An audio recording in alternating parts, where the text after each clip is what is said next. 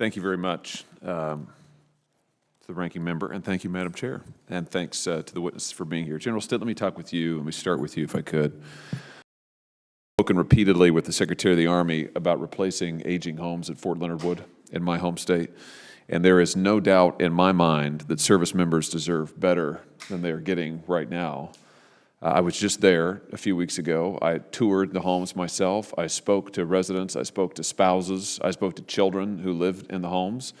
These homes need to be replaced. What concerns me is the Army doesn't seem to have a plan to replace this aging housing stock. So let me just ask you this. In your opinion, how does the availability or maybe lack of availability of quality military housing for service members and their families affect recruiting and retention? Senator Hawley, good afternoon. The Army takes the care and quality of life of all of our service members and their families very seriously. So we are making and committed to investing in our housing within not just that, but within our daycare centers, child care, offering opportunities, expanding beyond that for spousal employment, to put kind of a whole package on the table to ensure that our facilities and our care and commitment towards family members is first class. You say a whole package. When will we be seeing this package?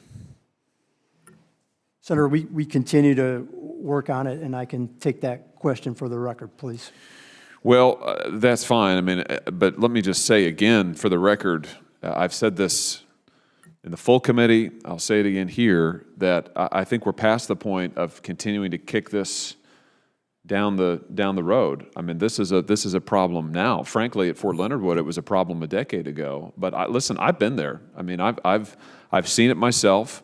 I've talked to the service members myself. I've been in their houses. I've been in their kitchens. I've looked at their bathrooms where there's mold growing. I've seen that they don't have places for their kids. I've seen the substandard living conditions, and it just isn't acceptable, General. You know what? I promised those service members that I'd be a royal pain in the you-know-what until something changed.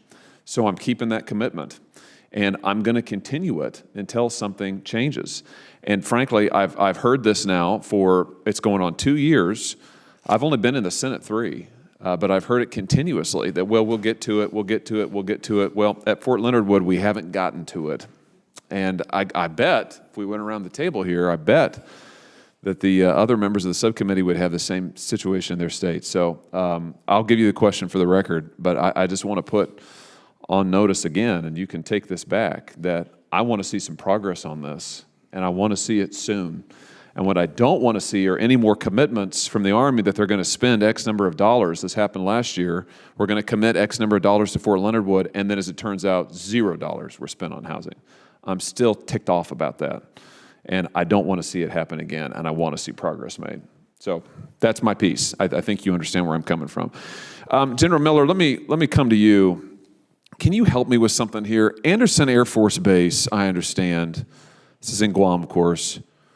Leaders there recently received an official email that prohibited them from using pronouns or descriptors like he, she, youngest, oldest, male, or female.